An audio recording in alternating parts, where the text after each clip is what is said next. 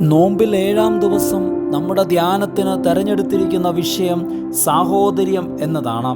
വിശുദ്ധ മത്തായി എഴുതിയ സുവിശേഷം 3-ാം അധ്യായം 31 മുതൽ 35 വരെയുള്ള വാക്യങ്ങളിൽ തന്നെ കാണുവാൻ വന്ന അമ്മയെയും സഹോദരന്മാരെയും ചൂണ്ടിക്കാട്ടുമ്പോൾ യേശുവിൻ്റെ പ്രതികരണമാണ് പ്രതിപാദ്യം. ജഡരക്ത ബന്ധങ്ങളെ നിരാകരിക്കുകയോ അമ്മയെയും സഹോദരന്മാരെയും തള്ളിപ്പറയുകയോ അല്ല, സവിശേഷവും വിശുദ്ധവുമായൊരു ബന്ധത്തെക്കുറിച്ച് സൂചിപ്പിക്കുകയാണ് കർത്താവ് ചെയ്യുന്നത്. പിതാവായ ദൈവത്തിൻ്റെ ഇഷ്ടം ചെയ്യുന്നവരാണ് തൻ്റെ സഹോദരനും സഹോദരിയും അമ്മയും. വിശുദ്ധീകരിക്കുന്നവനും വിശുദ്ധീകരിക്കപ്പെടുന്നവർക്കും ഒരുവനല്ലോ പിതാവ്. അത് ഹേതുവായി അവനവരെ സഹോദരന്മാരെന്ന് വിളിക്കുവാൻ ലജ്ജിക്കുന്നില്ല എന്നാണ് എബ്രായർ 2:11 പറയുന്നത്. ക്രിസ്തു തൻ്റെ ചുറ്റുമിരിക്കുന്നവരെ നോക്കി എൻ്റെ അമ്മയും സഹോദരന്മാരും ഇതാ എന്ന് പറയുമ്പോൾ ദൈവസ്നേഹത്തിൻ്റെ ഏകോദര സഹോദര അംശികളായി തീരുവാനുള്ള ആഹ്വാനമാണത്.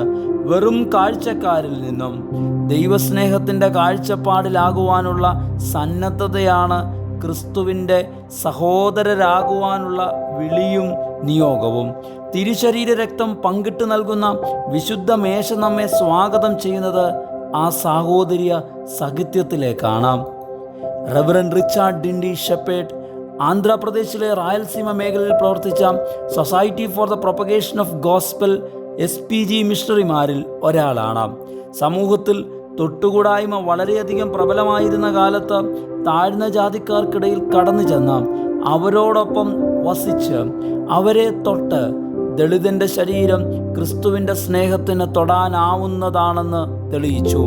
സമൂഹത്തിൽ മറ്റെല്ലാവരും അക്കാലത്ത് ദളിതരെ മാറ്റി നിർത്തിയപ്പോൾ മാറ്റി നിർത്തപ്പെട്ടവരുടെ മധ്യത്തിൽ ചെന്ന് അവർക്കും കൂടി തൊടാനാകുന്ന പൊതുകുളങ്ങളും പൊതുവിദ്യാലയങ്ങളും ആശുപത്രികളും ഹോസ്റ്റലുകളും ടച്ചിങ് സോൺസ് ആയി ഇന്ത്യയിൽ ആദ്യമായി സ്ഥാപിച്ചത് ആന്ധ്രയിലെ മുത്തിയാൽപ്പാട് ഗ്രാമത്തിലുണ്ടായിരുന്ന ഈ മിഷണറി വീരരാണ്. അപരൻ എൻ്റെ സഹോദരനാണെന്നുള്ള ഉത്തമ ദർശനമാണ് സുവിശേഷത്തിൻ്റെ സാക്ഷ്യസ്പർശനമായി തീരുവാൻ ആ മിഷണറിമാരെ സഹായിച്ചത്. നമുക്ക് പരിശീലിക്കാൻ ശ്രമിക്കാം. ചുറ്റിലുമുള്ളവർ സോദരരായി തീരുന്ന അർത്ഥവത്തായ നോമ്പിൻ്റെ നാളുകൾക്കായി നമുക്ക് സമർപ്പിതരാകാം. ദൈവം നമ്മെ ശക്തീകരിക്കട്ടെ.